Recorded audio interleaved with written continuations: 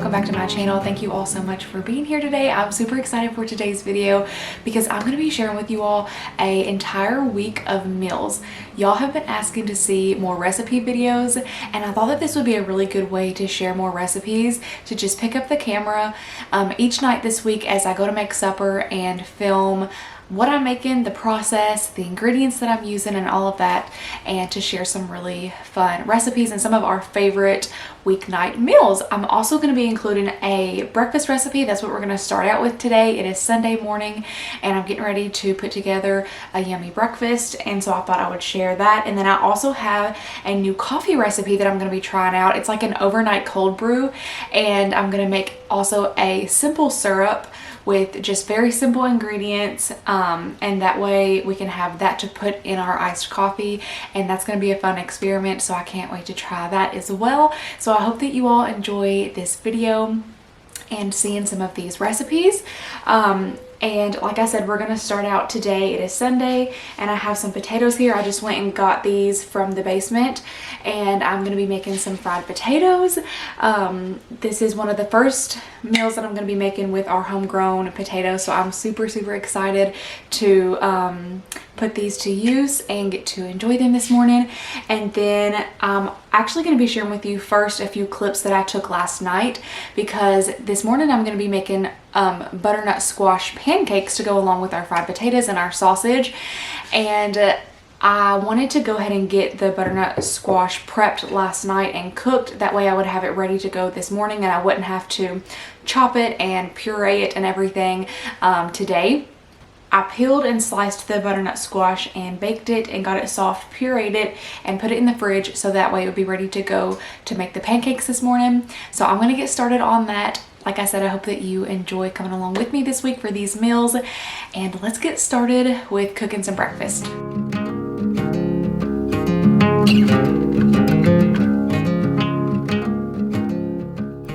So I found this pancake recipe in one of my favorite gluten-free cookbooks because I have been trying to think of all the ways to use up our homegrown butternut squash that we still have left over from last year. We have a few more left in the basement that I really want to use up before we harvest our butternut squash crop from this year. We normally harvest those around August and September, so I'm trying to get the rest of these used up. We just have a few more left, but when I came across these butternut squash pancakes, I thought that was just the neatest idea. It tastes really similar to pumpkin pancakes if you've ever had those before, but they were so delicious. They would be even better during fall time for like a fall morning breakfast, but I will have the recipe for them typed out down below. And then I paired them with some fried potatoes and sausage, and it was such a good Sunday morning breakfast.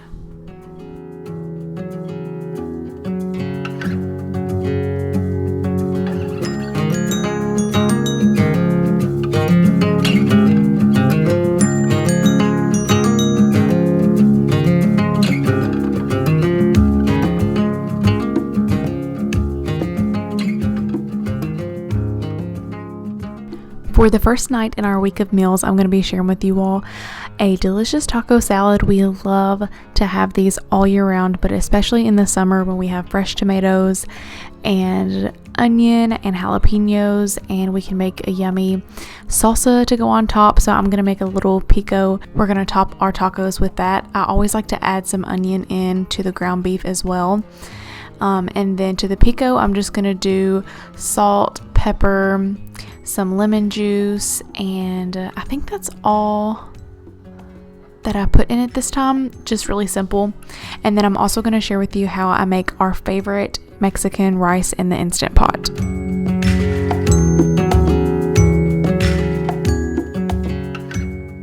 Taste test.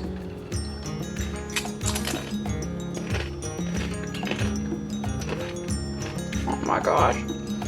Homegrown tomatoes, y'all. Homegrown tomatoes.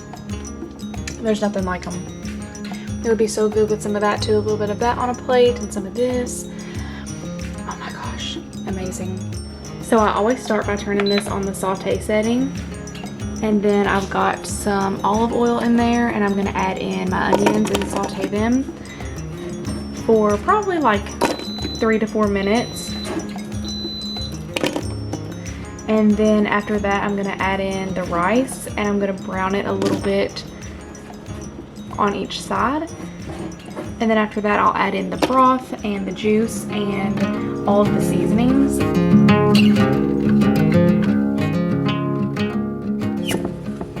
Now you could use tomato sauce too, which is actually what I normally use, but I'm all out of my home canned tomato sauce, so I'm just going to use this juice and cut back a little bit on the broth so it won't be as liquidy. So I won't add as much broth as I normally do. I'll add like maybe 1.5 cups instead of 2 cups. So yeah, I normally use tomato sauce, but since all I have is juice, I still want to add that in to get that really good tomatoey flavor.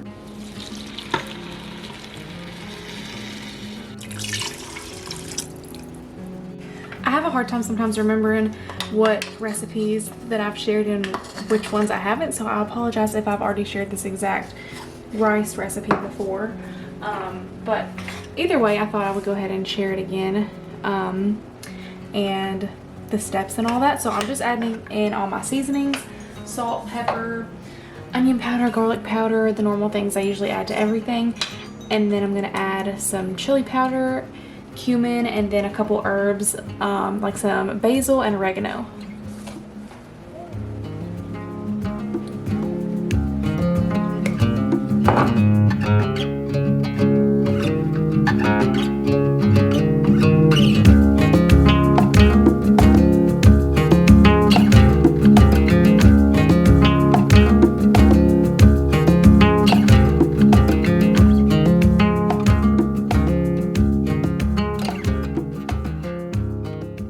I will have this taco seasoning recipe linked down below.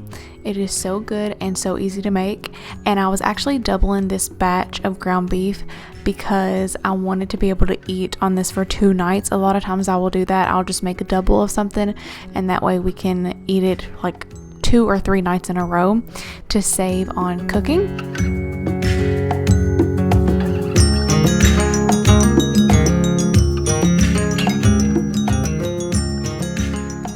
And this is the lettuce I'm going to use for the base of our taco salads.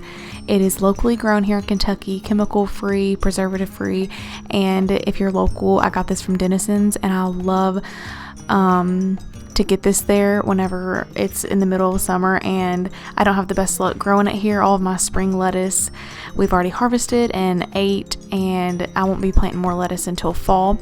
So I love that I can get this right down the road from my house at our little market, and that it is grown here in Kentucky, and it is very, very good lettuce. So this is how the rice looks after it has been cooked and fluffed, and then I'm going to put some ground beef on the lettuce and then top it with rice, cheese, and the PICO.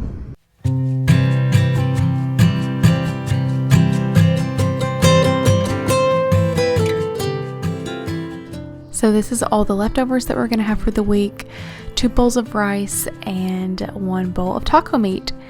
The next night, my husband wanted to make some steak, and it was actually raining outside, so we didn't end up getting to grill it. So we decided to just stick it in the oven in a cast iron skillet. He loves to top it with fresh herbs, so some fresh thyme, and we have some good butter in there. And then I also decided to make some smashed potatoes. I saw this on Pinterest, and it looked so good, and I had been wanting to try it. So you just bake them, or no, you boil the potatoes and then take a mason jar once they get soft and smash them down on a sheet pan, and then add all your seasonings and then bake them in the oven. And then when they came out, I sprinkled some shredded Parmesan cheese on top, and they were really good.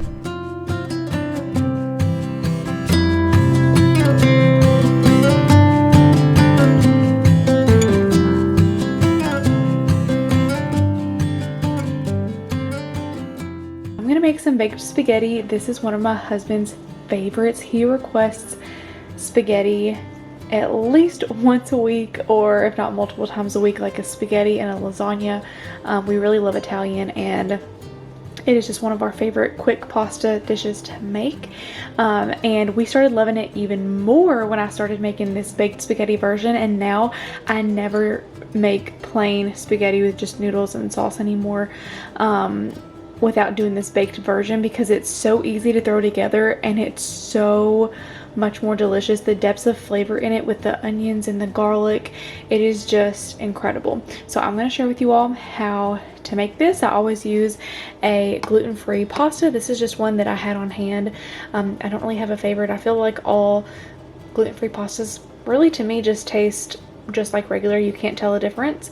But I do kind of like a brown rice. That's what I try to stick to, like the brown rice type of pastas are definitely some of the best gluten-free ones.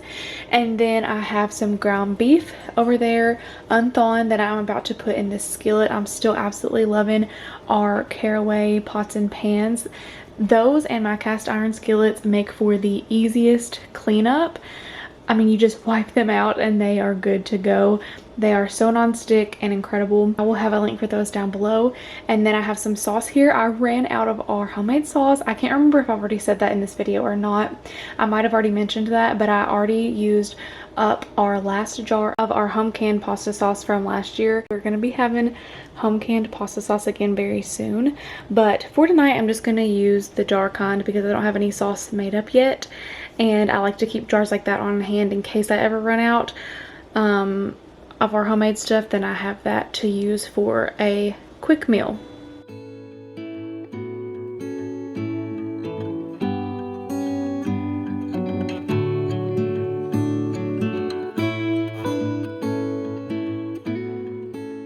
Okay, now I'm going to take my pasta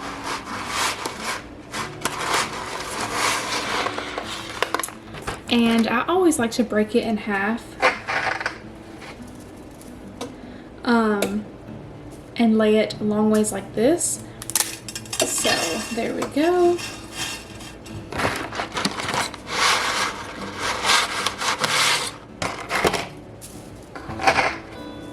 And I just realized I'm going to need to go get another box of pasta since I'm doubling this. I need to do double the amount of noodles. So I'll be right back. After I spread out the pasta in the pan, then I drizzled a little more olive oil on top of it and tossed it around and made sure that all the noodles were really coated with a thin layer of olive oil, because if not, they will stick together when they bake. And then I'm going to pour the meat sauce on top of the noodles, and then I'm going to add the sliced onion. So the original recipe for this calls for these long slices of onion.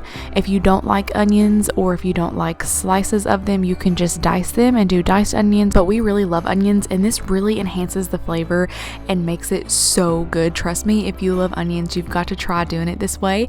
And then I'm gonna add the garlic and then a couple of seasonings like some oregano and salt and pepper, and then you pour 3 cups of water over the entire pan and then mix it and toss it a little bit to get the water evenly distributed, and then put some foil over it, stick it in the oven for 45 minutes, and it comes out. The noodles are cooked and it thickens up really nicely, and then I just mix it together really well and make sure all the noodles are incorporated with all of the sauce and all of that, and then I top it with cheese. I actually had ran out of mozzarella for this, so I just added some other shredded cheese we had and then some Parmesan cheese on top, and then let the cheese melt in the oven, and then it is ready to go.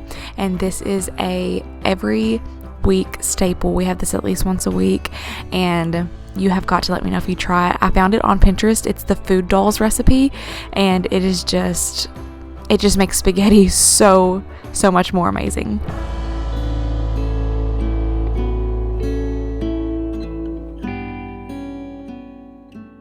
Next, I'm going to share with y'all this iced cold brew recipe.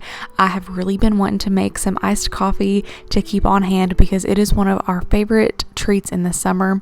And I got this recipe from Kelly over at Kelly at Home. She is an amazing homemaker and I love to get ideas from her. She shared this in her What I Eat in a Day video, and I really wanted to make it. So it is 1 cup of coffee grounds into a 1/2 gallon mason jar, and then I'm going to fill it the rest of the way up with water from our Berkey filter. I have been so excited to share with you all our new Berkey water filter. I have wanted a Berkey for so many years. It feels like a dream to finally own one. I remember back when we very first moved into this house, it's been 4 years now, and I remember we ended up getting a fridge that didn't come with a water filter, and I was researching all of the best ones and trying to decide what kind of water filter to get, and pretty much just like trying to figure out the best one out there. And I kept coming across the Berkey filter, and I knew that's something I really wanted one day, and I wanted to save for. I knew it would save us so much money on water, because since we didn't have a water filter, we were using bottled water and jugs of water, and we bought like a little like a water filter pitcher that I still felt like really wasn't doing a very good job at filtering out our water. We went through so many different systems, and I knew that one day I wanted to own a Berkey, and I'm so excited and just beyond grateful that we finally did get a Berkey filter. So I'm going to be sharing this with you all today, and how amazing of a water filter that it is and how it filters the water. So it basically is a gravity-based filter. Gravity pulls the water from this top chamber through a fine poured filter and empties it into this bottom chamber here that has the dispenser. So this is basically where you pour in your tap water, and then it filters through these two black filters down into this bottom chamber, and this is what stores your water after it has been filtered. The black Berkey filters that are in this top chamber that filters the water are loaded with ions that attract contaminant molecules that are in the water, and they are absorbed and permanently bonded to these filters. So they never enter the drinking water that goes into the bottom of the Berkey. It completely filters and contains all of the chemicals and any contaminants that are in your water. It filters out over 99.99% of chlorine, bacteria, viruses, lead, VOCs, lindane, benzene, and artazine. And the amazing thing about it, and something that really intrigued me, is that even though it filters out all of these things, it doesn't filter out the good minerals that are in water. Another thing I love about these filters is it can filter up to 6,000 gallons of water before the filters need to be replaced. So that would be, depending on how much water that your family drinks and how many times you need to fill this up over however many years, it would be around 4 to 5 years probably for us before we're going to have to change these filters, which is amazing, because with any other water filter that I have ever researched, you have to change the filters very often, and it can get really expensive, versus ones like this that are so powerful and last for such a long time. I will have the Berkey that I have linked below in the description box. It's called the Big Berkey, and now I'm going to mix together this coffee, put the lid on it, and then stick it in the fridge for 2 days, and then it will be ready to strain. And now I'm going to get started on the simple syrup.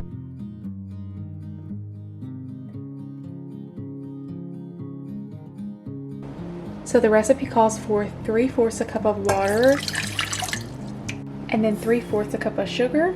If I end up liking this, I'm definitely going to make a bigger batch and like double it, so I can have more on hand at a time. But since I'm just trying it, I'm going to make a small batch. Then you're going to bring it to a simmer until all of the sugar dissolves. It's almost done. And then as soon as it starts to simmer, I'm going to pull it from the heat and add in a tablespoon of the vanilla extract.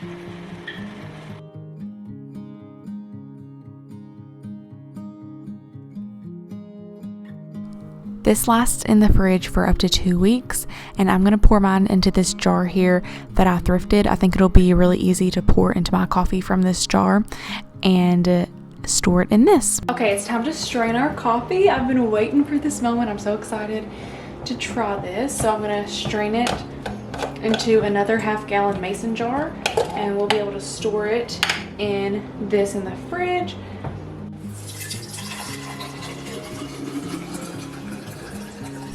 I realized that next time I will strain this through a cheesecloth, because there were a few grounds that did get through, but I poured this over ice, added some cream and some of this simple syrup, and it was so delicious. this is definitely going to be a staple in our fridge, and I am so excited to have this homemade coffee on hand for these hot summer days to enjoy some iced coffee. So next, I'm going to start on this pizza. This is one of the only things that is not completely from scratch because I am using this crust mix. It just makes it a little bit easier, and I already had this on hand, so I wanted to use it up. It makes 2 crusts out of this one packet. I don't buy this all the time, but when I just want an easy crust to mix up that doesn't take as long to rise, then I will use this. So this, you just mix it together with an egg and some water, and then I'm going to cover it and stick it in the fridge for 1 hour.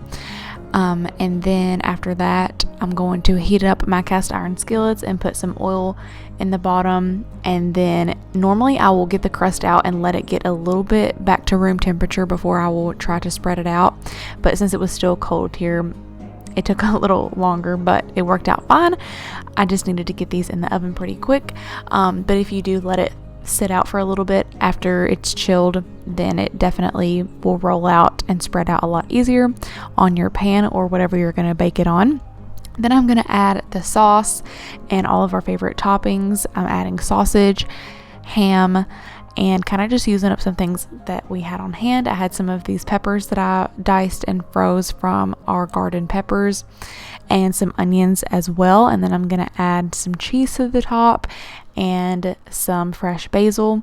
And then I realized at the end I forgot to add my favorite topping on pizza, which is cherry tomatoes. So I went out and got some tomatoes and came in and added those on there as well. And that is it for our homemade pizzas for tonight.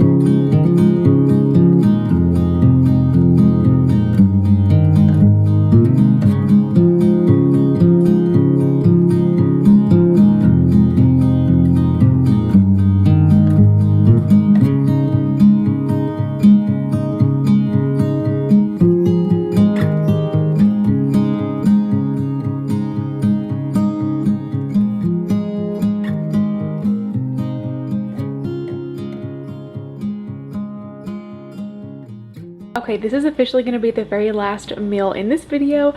I thought I was done filming for this, but since I haven't uploaded it yet and I made this tonight and it's it's 2 of my favorite things to make during this time of year, I figured I really wanted to add this to the video and film this little clip. So the first thing that I have here that I made, I didn't record me making any of this because I didn't think to film it until, like I said, just a few minutes ago, and decided to pick up the camera.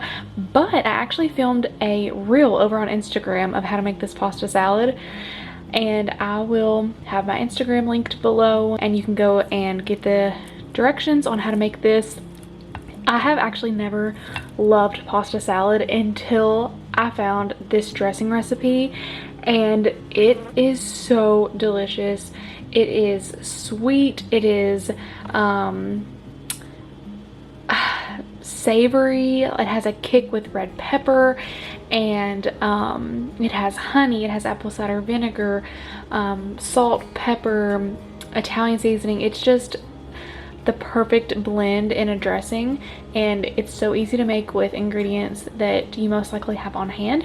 So I pretty much just threw any kind of fresh veggie that we had on hand in here. So we have tons of our fresh cherry tomatoes from the garden, our cucumbers, I got the red onion from the farmer's market, and then I added some Parmesan cheese that I have. I grabbed some basil and parsley from my herb garden and put that in here, and I'm just really trying to get all the freshness in and enjoy all the freshness of this season that I can right now, because I know there's only a few months left of enjoying all of this delicious freshness and being able to go right out to the backyard to get it. So I'm really trying to enjoy all the recipes with the fresh veggies while we can, so I wanted to add a ton of yummy stuff in here from the garden and enjoy these fresh flavors. And then I also made BLTs, and these are 2 of our garden tomatoes as well. And then I have some lettuce here that I usually like to wrap my bacon in and make like a little bacon lettuce wrap with tomato on it, and that's how I'll eat my BLTs. I do have some bread for my husband for his, but this is some farm raised pork that we got from my brother-in-law, and it looks amazing. I'm super thankful he gifted us with that. So that is what we're having tonight, BLTs with some pasta salad. Thank you all so much for watching this video. I really hope you enjoyed seeing a whole week of our meals. This was so fun to film and something different that I've never shared before, but it's something I'm super passionate about, bringing really good, wholesome, nutritious meals to our table every night. So I really hope it gave you some ideas. These are some of my favorite videos to watch for me to get ideas and inspiration, so let me know if you'd love to see more of these. I also love to watch what I eat in a day. Those are just so fun and so informative, and it really just inspires me and gives me ideas to cook different things and try out different things. So let me know if that's something y'all would want to see as well. I love you so much, and I will see you in my very next video.